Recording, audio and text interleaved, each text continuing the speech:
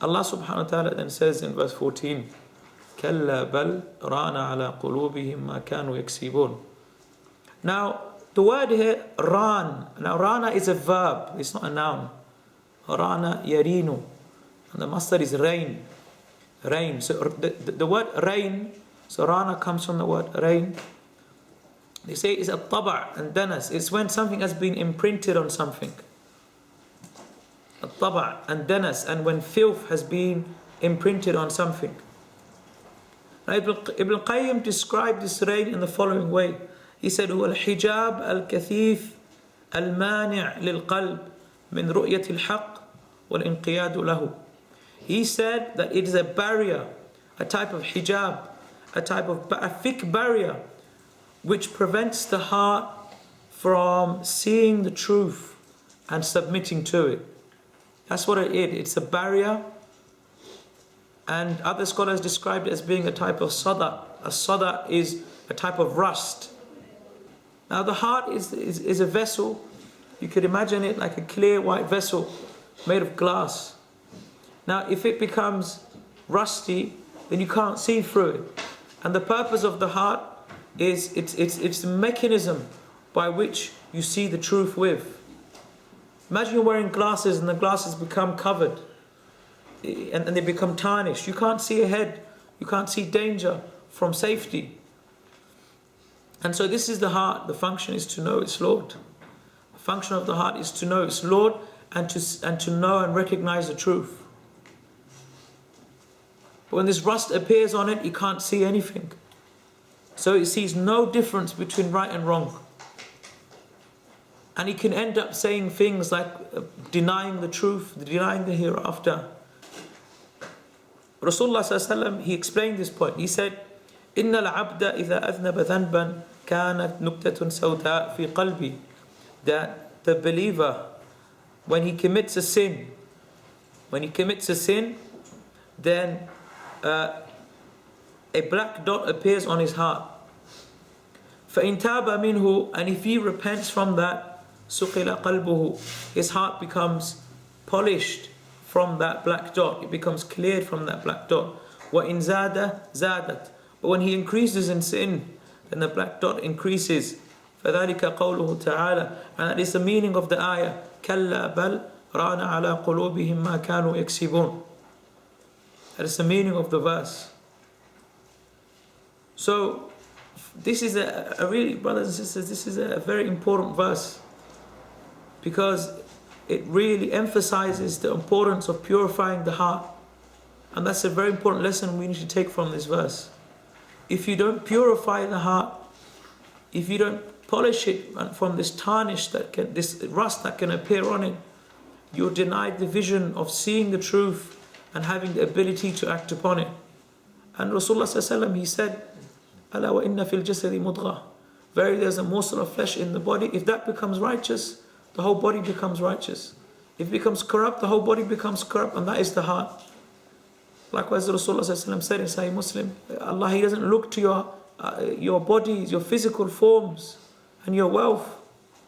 وَلَكِنْ يَنْظُرُ إِلَىٰ قُلُوبِكُمْ وَأَعْمَالِكُمْ, but He looks to your hearts and He looks to your deeds. That is the most important part of your body that you must seek to purify, your heart.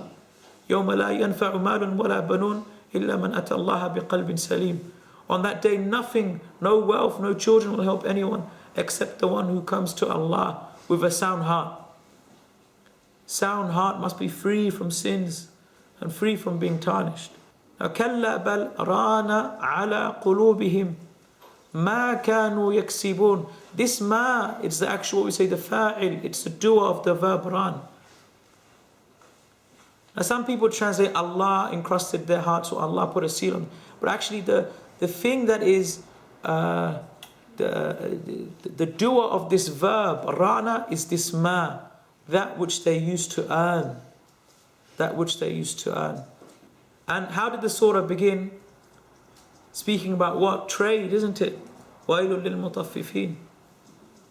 So they were earning. And what were they earning, subhanAllah? And remember we said the concept of tatfif, it's not a major form of cheating. It's really minuscule. Such that the buyer doesn't even know. He could hardly tell he's being cheated. So Allah put a seal on their hearts for what they used to earn. This minuscule amount, subhanallah. It's this small thing. So never ever belittle the effects of the actions on your hearts.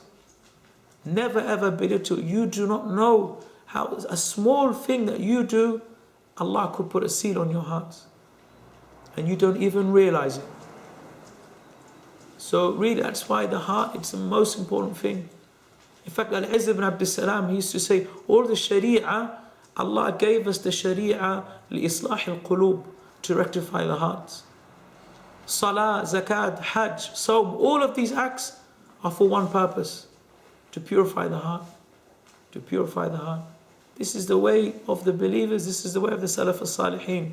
They paid so much attention to that matters of the heart, to purify it. Now, what is the consequence of having your heart sealed and having this rust on your heart? We said from amongst them is not knowing the truth, not knowing the truth, not knowing the right path, what to take. But from the greatest consequences of having this rust on your heart is that you lack knowledge of your Creator. You lack knowledge of your Creator. And that is one of the greatest things that a person can be punished with in this dunya, that he doesn't know his Lord. Because the knowledge of Allah is not as simple as acknowledging His existence. That's why the scholars, they used to say there are two levels of knowing Allah. There's the level of iqrar, the level where you just acknowledge that He exists.